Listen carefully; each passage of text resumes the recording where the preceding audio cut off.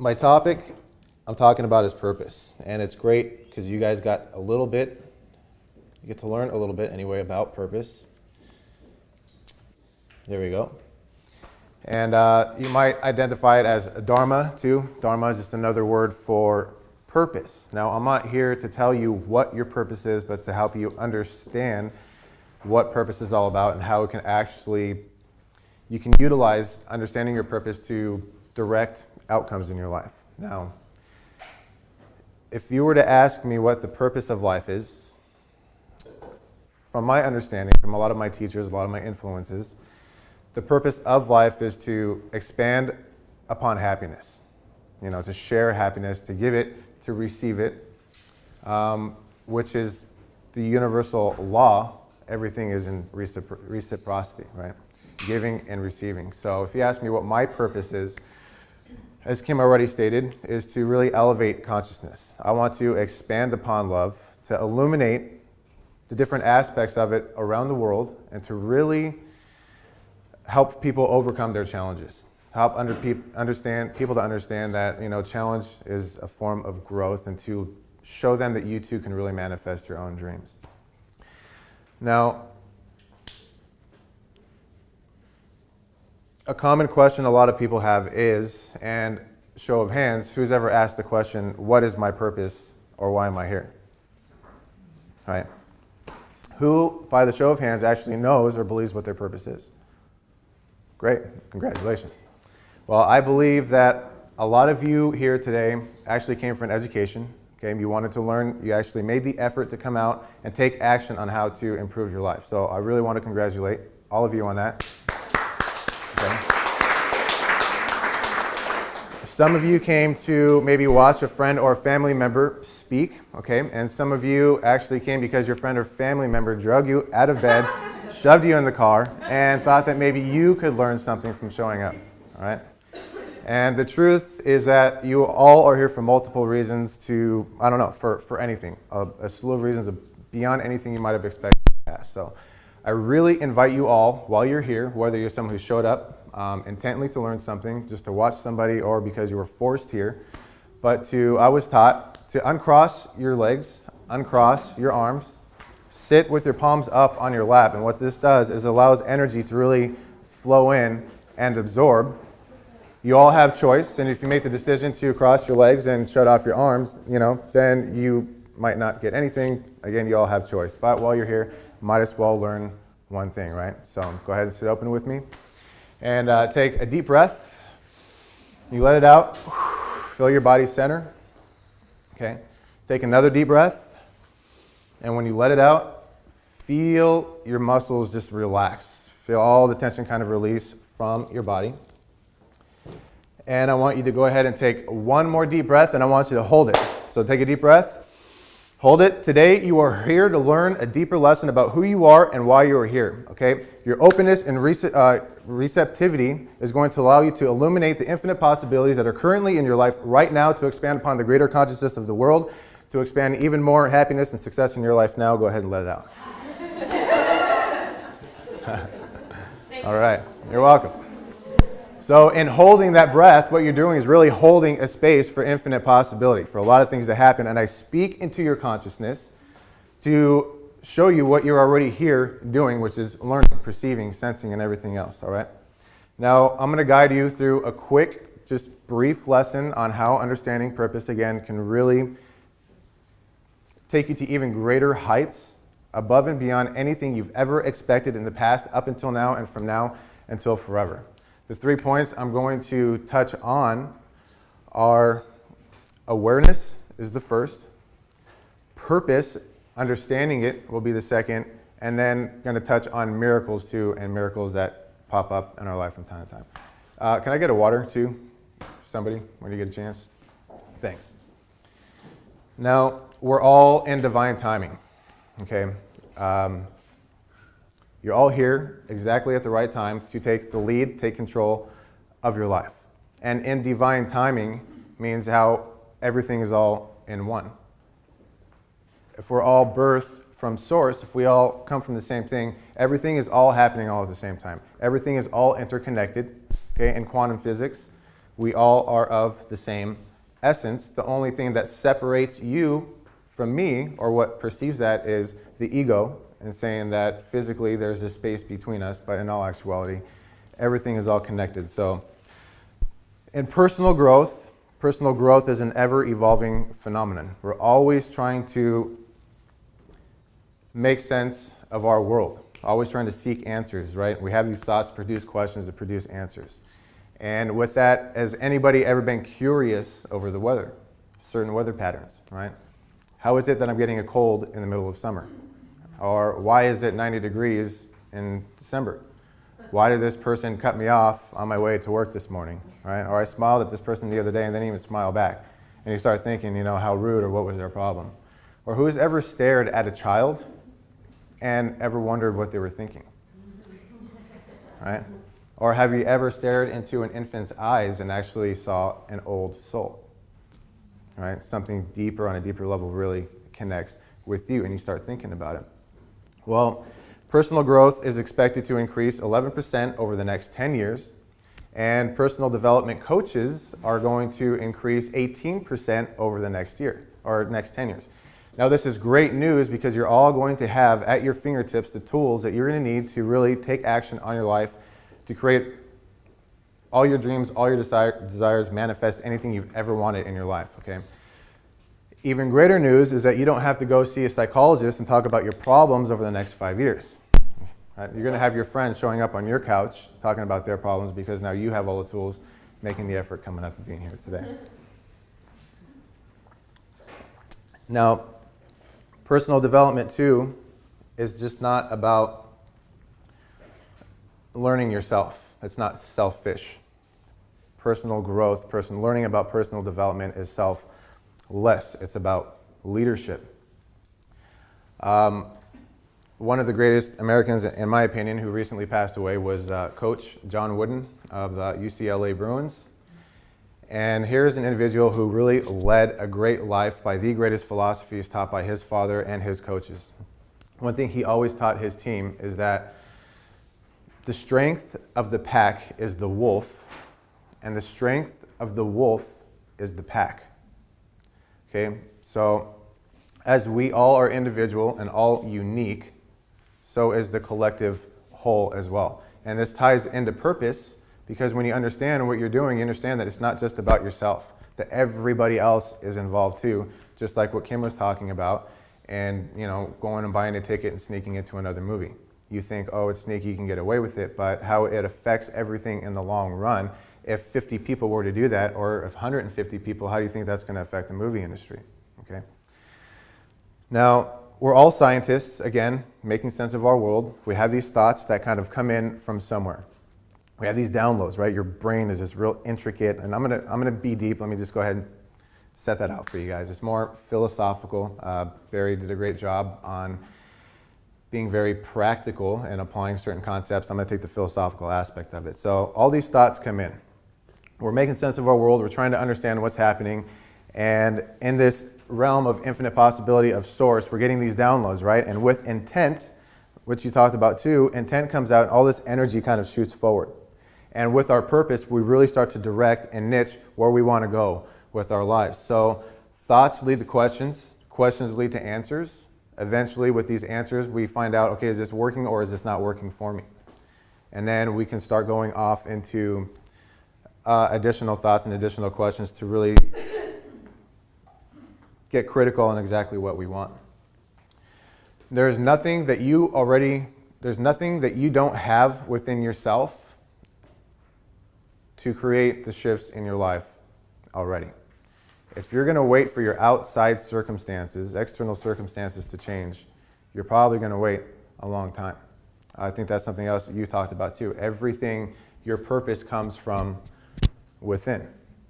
It's not waiting for outside, so you have directive. Now, another quote by a very famous American TV star stated that trying is the first step towards failure. Okay. That was said by Homer Simpson. And it was kind of classic, right? But there is some truth to it. Right now, not in my opinion, just life itself, Again, there's a time for everything and everything in its time. There's a time to try, there's a time to actually just be, to actually do. So when you're trying to do something, go ahead and, kind of fit this on for a minute, like you're fitting on a new pair of shoes. Is when you have to try to do something, what are you implying? That there's something you don't have within you that you're kind of seeking to make happen outside of you. Now, try this on. What is trying to do something versus just doing my best? When you're at your best, are you really trying to do anything, or are you acting from purpose? Now, success is a result of good judgment. Good judgment is a result of experience, and experience is a result of bad judgment. Okay, now bad judgment means that we had an idea, we wanted to take action on it, we think that we know how to do it already, so then we go out and we try something and we fail. But there is no failure, there's only feedback, which is the experience. We go out, you try something, you have an experience about it. How many times are you going to try until you actually give up? How many times are you going to give yourself the opportunity to keep trying and learn, which eventually comes to good judgment? You have multiple experiences until you finally find, okay, well, I did that, that didn't work. I now have an experience, I don't want to do that anymore, so let's try something new. Through repeated experiences and good judgments, you eventually create success. You find out what it is that you actually wanted to create through experience. Now, how long would you give your average baby to learn how to walk? Right? As many times as it takes. Right? You're not going to teach him or her how to walk about 5 times. They're going to fall down and say, well, I guess they're just never ever going to learn how to walk, so I'm going to give up and just leave it to chance. Right? Not going to happen. So, again, it's great. Most of you here voluntarily because you're already absorbing a lot of what I'm giving out. You're open-minded to go a little bit deeper than anything you kind of thought or were aware of already.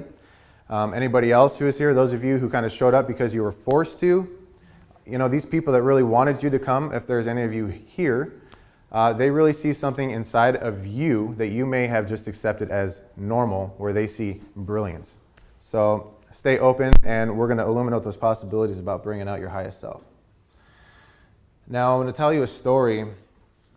One of my greatest role models, who is all about purpose, who's all about life and taking action. Okay, he had a seminar out in Hawaii, in the Hawaiian Islands, and on his seminars, they actually go to very extreme activities. And with these extreme activities, they'll have medics who do some research on your background to make sure you don't have any medical problems, or any bad conditions that are going to prevent you from doing anything. So one of the activities they did, they had to climb up on this ladder. They go up on a platform, and on this platform, they had to jump across onto this trapeze. Right now, this is a great thing, is this really teaches you, okay, whatever my fear is, I can just jump out, I can make it happen. So he jumps out and he grabs the hold of this trapeze, and as he's hanging there, he goes into cardiac arrest. Now, cardiac arrest, it's not a heart attack where your blood gets clotted. Cardiac arrest is your blood just stops pumping into your muscles, into your heart tissue, and that's from high pressure, tension, or anything else. So this man's hanging there. Medics come over and they get him down, and they're laying him on the ground. They're trying to revive his heart and trying to get it beating again. So this gentleman who's running the seminar is standing over him, and he kind of starts going into this negative state and going, I can't believe this is happening to me. There's no way that God would be doing this to me right now. How can this be happening? And then he kind of starts tuning into the crowd, and he hears the crowd all in panic and everybody talking, but then he hears some people in prayer. He hears the doctors yelling at everybody else to back off, to give this guy space. So he snaps out of it. He was taught, with his awareness, expanding his awareness, to really tune in as fast as you can and get involved. So he starts thinking, no, we can't stay quiet. We have to start praying over this gentleman. So the doctor that was on call had left his pager locked inside of his office, was nowhere to be found. Where they were at in this Hawaiian island was taking at least 30 minutes for the ambulance to get to the location. Okay, and this man's sitting here dying. So 30 minutes go by, the ambulance finally comes up, and they put him in the ambulance, and doctors are telling him, hey, you have to let this go. This is not your fault. These things happen. We're doctors. We've seen thousands and thousands of cases. Just let him go. You have no control over the situation. Well, how much of a good thing is too much? How much certainty in your lives, when you are so certain that you know that something works for you, when do you know it's too much? Right? Never. Doctors will tell you, doctors are certain, doctors are trained to study certain things and go and tell you, through our practice, this man is going to die, you have to let him go. He didn't want to believe that. Our values, our beliefs, what Kim touched on too. Education and knowledge, when is too much? When is enough too much? When are you going to open up your mind to expand upon the infinite possibilities, to actually think that anything is really possible? That just because somebody told you something, that's not certain. How many people are diagnosed with cancer that beat it? I don't know if you've heard stories. I've heard multiple stories about people who are paraplegics, and if anybody's seen the movie The Secret, there was that pilot who crashed, and the doctor told him, the only thing you're ever going to be able to do for the rest of your life is breathe through a tube. And he refused to believe that. And he set his intention to have a goal to walk out of that hospital in a year on Christmas Day. And he was certain enough that he's going to be open to possibilities and not accept this doctor's opinion and really trust his purpose and that he has a grander purpose in life. Now, it's in the knowing that we become trapped. When you think that you know something, you make a decision, and when you decide, you cut off all possibility. Decide. It's cutting off anything else that might actually be possible for happening. So, staying open. Again, staying flexible. Another story is a family by the last name of the Hoyts. And a young handicapped boy one day asked his father, "Dad, will you run with me in a marathon?" Well, the father was an old veteran, and he just got news that he had a bad heart condition. And he's looking at his son who's handicapped, a vegetable. He can't move, do anything. He just has to be wheeled around in a wheelchair. And his father thinks about it for just a second and says, yes. Okay, he didn't know how he was going to do it. He just got news that he had a bad heart condition. Doctors are probably telling him, don't do anything extreme because it might worsen your case, right? So they go out to this marathon. They run a 5-mile race. And I quote that he says, "We came second to last, but not last." The next race they signed up for was an Ironman competition, which is a 2.4-mile swim where the father had to strap this thing around his chest and tow his son on a raft behind him, 2.4 miles throughout the ocean, rode 112 miles on a bike with his son sitting in front of him, and then continued to finish a 26.2-mile race. Okay? Do you think that he knew that he couldn't do it, or do you think he was open to experience and saying the infinite possibilities of what really can happen from this experience? He didn't know how, he knew why he had to follow through with something.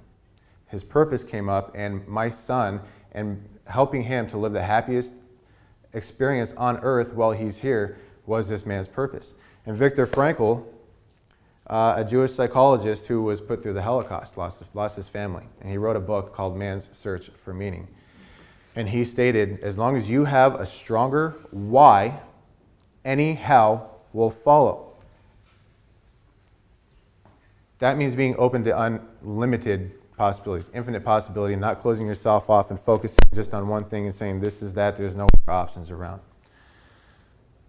So, consciousness can be this word you relate to that is everything that is happening all the time, everywhere around us. You can call this God consciousness, you can call this infinite intelligence, you can call this source. But it's happening everywhere all the time. All the cells in your body right now are eavesdropping and what you're telling yourself. If you tell yourself, I can't do this, guess what? Asking you shall receive. Absolutely, okay. If you tell yourself, I can do this, you'll probably figure out a way to make it happen, right? Consciousness has its own purpose. If you think about the acorn has everything it needs inside of it to become the mighty oak tree. It doesn't need somebody in there putting together its elements and particles and rings to grow and to be the mighty oak tree. All it needs is its outside influences, which is Mother Nature for its water, its soil, its air, and sunlight to grow. But it knows exactly within itself everything it needs to know to become this mighty oak tree. Now, Wayne Dyer said that what we think determines what happens to us. What we think determines what happens to us. So if we want to change our lives, we have to expand our minds. Again, it's all choice. And if you choose to hold on to this thing that you think you know, ask yourself, how is that working out for you? All right? Deepak Chopra says, the physical world, including our bodies, is a response of the observer. The physical world, including our bodies, is a response of the observer. We are an observer, and we're also being observed. So everything is always shifting according to our external influences. Drinking and driving. You hear about somebody, getting in a car accident and they go to prison. That starts shaping your life right there. Your kid, you have children, they start to behave a certain way. They start directing you in a whole new path too. Do I need to be more controlling? Do I need to be open-minded? What influence do I need to be? If he's or her is shaping me, how can I shape them as well? So awareness is the next point I'm going to talk about. Awareness is the very first step in changing anything. Every great book, the first thing I'll talk about is having awareness. Awareness is the very act of obtaining a state of openness, being still, and reflecting, acknowledging that what we are doing is either constructive or destructive. Is this working for me? Is this not working for me? Our consciousness then shifts from I know what is best for me to I don't know, but I'm willing to find out. I know what's best for me to opening and saying I don't know, but I am willing. Willing to change what isn't working. Willing to act on purpose. Willing to be the best version of myself. Willing to create my own path. Willing to let go.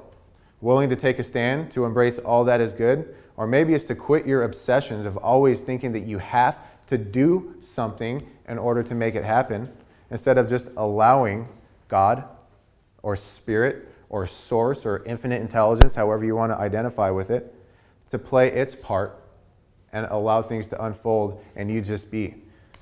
We're human beings, not human doers. We're human beings, we're not human thinkings. And I know that kind of might not hit home with you, and a lot of people are saying, well, how is that possible? That means I can just sit on the couch and life's just going to bring me everything that I want. No, absolutely not. It's a preparation. It's thinking, it's having an intent, it's acting on that intent, putting it out to the universe, preparing, and then letting it go. Let go of your outcome and allowing it to manifest for you. If you ask God for a favor, and you ask Him to bring you this thing in your life, and you're holding on to it and you're not letting it go, how is this intelligence going to actually create it for you if you can't let it go? So, we're going to go through a guided visualization real quick. Everybody, if you can just put down your notebooks, your pens, sit up straight. Take a deep breath and close your eyes. And I all want you to recall a miracle that's happened in your life, or recall a time in the past that you were absolutely at your best. So either recall a miracle that happened in your life, or recall a time in the past where you were absolutely at your best, on top of your game. Okay? Really illuminate that picture. Make it bigger, make it brighter. What do you see? What feelings are coming up for you? Really identify with those feelings. And pay attention if there are any sounds that are important to you too. Go ahead and bring those up. And make that even bigger and make it brighter. And thinking about this moment, this miracle that had happened in your life, or when you were at your best, did you have to do anything, or did this thing just kind of happen for you? Maybe preparing and not thinking about preparing in the past about this goal that you set out to do, all of a sudden just manifested itself for you. Did you think about having to make it happen, or did it just happen? So go ahead and open your eyes. This is the difference between motivation and inspiration. Motivation is when you have to find a thought, you set goals to go out and try and accomplish it. Inspiration is the exact opposite. Inspiration is being in spirit, meaning that a thought comes to you, right? Downloads, your brain processes everything. All this energy is happening, and then it kind of guides you to your goal. Just as the rivers lead to the ocean. They don't strive to get there. They just flow. It's destined to go to the ocean. That's its purpose. Now, let me see. Another quote by John Wooden is, "Don't ever try to be better than someone else, but never cease to try to be the best that you can be." And when you try to be better than somebody else, then you're fighting against the will of the universe, the purpose of life in itself. When you can always do your best, you're always just going to be better than yourself. How did I do this last time? And how can I make that a little bit better? If you look at all the leaders in the past, nobody ever tried, maybe a handful of them, try to be better than somebody else, but it usually doesn't last long because your intent, eventually you're seeking, you have this expectation of something folding out, and you're never ever happy because there's always going to be somebody who has a step up ahead of you. But when you are your best all the time, you know when you need to push your limits. You need to know when to push yourself. There's an Ojibwa Indian saying that says, "No tree has branches so foolish as to fight amongst themselves." When a tree grows, it doesn't say, "I'm going to strive to the sky before you do," and then fight to get there. They just naturally go, and they'll naturally move around each other when they start running into each other. So, if you think about what happened, this gentleman, this speaker, is actually Tony Robbins. This happened to Tony Robbins. When this thing happened to him, this man went into cardiac arrest. Did he go into tunnel vision and say, "Screw it, I can't believe this has happened to me. You know, we're just going to put off this event and maybe I'll get around to it, you know, and give you guys some vouchers to come back again"? No, absolutely not. He had his purpose. He had an intention to keep the seminar going, but more importantly, to make sure that this man was going to be okay. So he gets in the ambulance and he's driving, and another doctor follows him in there. He sees this inspiration coming from Tony, how passionate he was about not believing what these doctors are telling him. So he gets in, they start praying over this man whose heart's slowly dying, and they get in the ambulance. The ambulance driver is yelling at him, "This is all your fault. It's your stupid seminar. If it wasn't for your seminar, this thing never ever would have happened to this man." So he had to tune him out, but he had to hold a space that something can happen, that a miracle can come down, that this man will be okay. And in driving over to the hospital, half an hour, winding through all these canyons, the defibrillator spins around, smacks up against something, and cuts off the electricity. Okay? So now this man has absolutely no help, and they can't do anything but to hurry up and try and get over to the hospital. Well, Tony's desire was to really help this man. It was so huge, nothing was going to stop him from believing that this man was actually going to make it. Okay, the power of intention, the power of prayer. Not T. Harv Eker, but Eckhart Tolle. Some great books about that. Okay, his desire, if you hyphenate the word, is of the Father. Okay, so if you have desire, if you have purpose, and you have these thoughts, where are they coming from? Again, it's all one, right? So it's all coming from this somewhere all around us all the time. It's this source, it's this consciousness that's birthed, that births everything around us. To kind of go into something real quick is the mind-brain phenomenon. Has anybody ever heard of the mind-brain phenomenon? Who can like point to where their mind is at in their body? Anybody?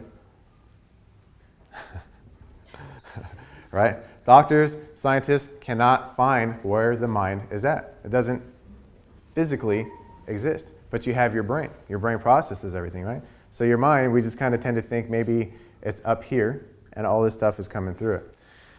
So does your brain knowingly know information? Does it store information and then randomly in your life pop up and say, "You know what, you've been on this path and I'm this piece of information. I'm just going to pop up and I think it's a good time for you to take this road"? In the realm of infinite possibility, it's possible, but maybe not so likely, right? Things just kind of, thoughts just come, they'll direct us and they'll shape us. Everything is manifest through the unmanifest.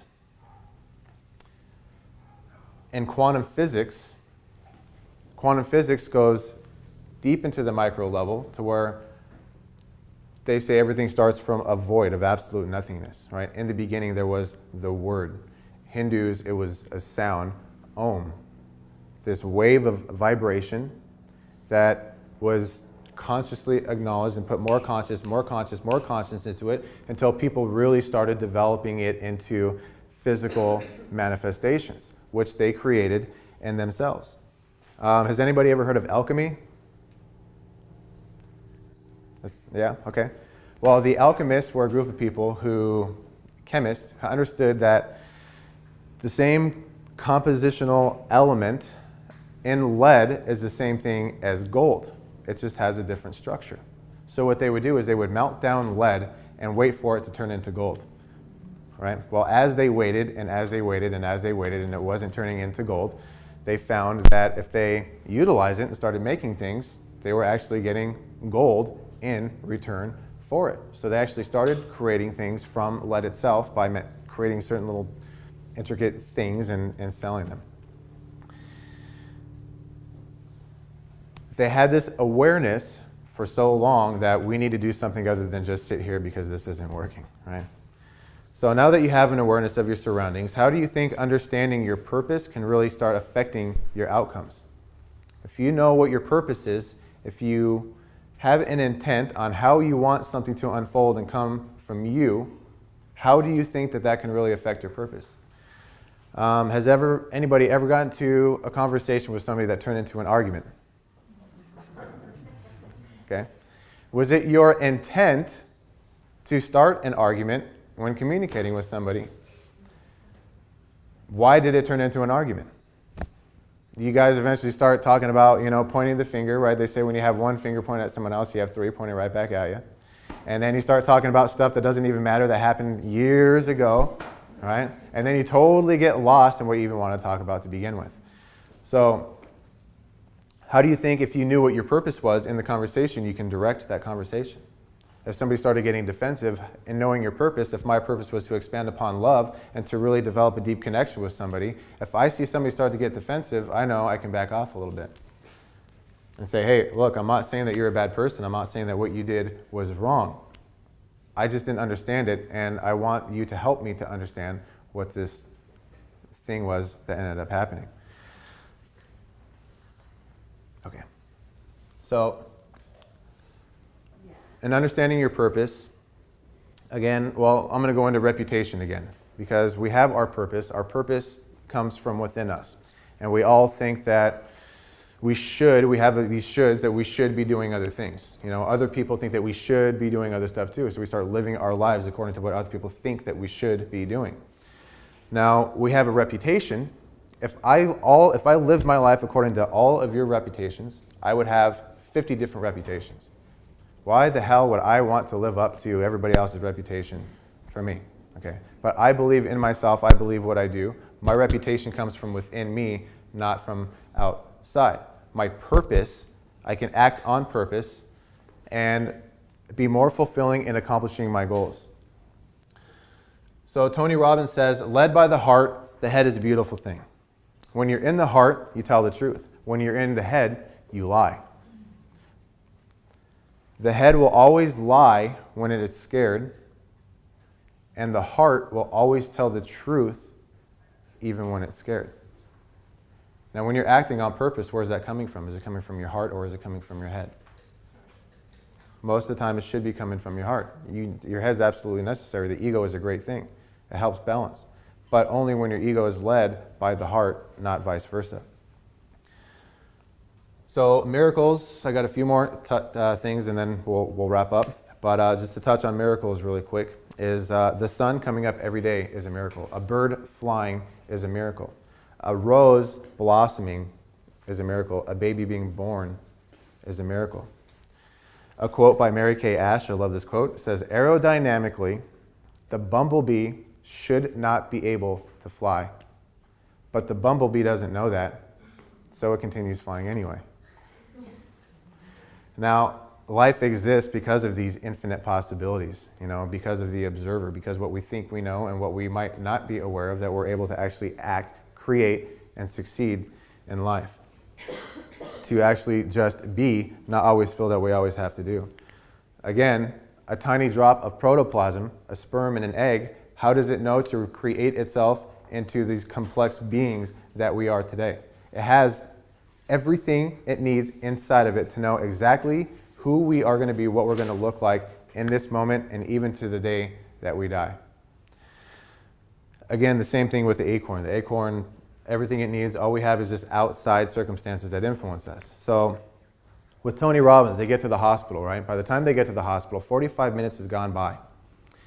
The man's body is completely gray, and he's lost his pulse, and doctors are still trying to work on him. And just as they're starting to give up, he sees there's this blip that comes up on the screen, and Tony gets excited, and he goes, well, don't get too excited. What happens is the nerves a lot of times are still active, and it'll create, a jump or something. So he goes, it doesn't matter, and he's still praying, and this other doctor's still praying over him, and another blip comes up on the screen. And then another blip. And soon this man starts getting color back into his skin. And they were able to revive the man, tell me that that was not a miracle after 45 minutes of your heart being stopped to actually come back to life. And so while the man's laying there and he has this mask, oxygen mask over his face, and he looks up at Tony and he says, how did you get on my vacation? Okay, so success is a byproduct of effort. Tony Robbins' intent, he had made the effort to really believe in himself that something can actually happen. Now when you change, again, Edwin said, if the world around you changes, you have that much power. Your intent has that much power to create miracles, all according to what your effort is and what you contribute. So the last story I want to end with was on January 10th, 1962. The Hoyts were notified by their doctors that their son was going to be a vegetable for the rest of his life. Okay. At the age of 66 and 44, Dick Hoyt, the father, and his son Rick have ran 950 races, 60 marathons, 6 Ironmans consisting of 2.4-mile swims, 112-mile bike rides, and 26.2-mile runs, and 20 duathlons. How do you think he fulfilled his purpose? Did he know how, or did he just be in the flow of life and let it up to God and just prepared and allowed, didn't try to control anything and let it happen? And I'm going to end with this quote by Wayne Dyer in his movie The Shift. Great movie for anybody who wants to watch it. I think you have to get to a place where you're no longer focused just on yourself. And the things you really want for yourself, you begin to say, how can I want them more for someone else than I want for myself? Instead of trying to make things happen, just allow them to show up. Be open for them to flow in. Again, no one needs to ask the question, what is my purpose? Your purpose will always be found in service, in serving other people. No matter what age you are, no matter who you are, you're only a thought away from changing your life. That's it.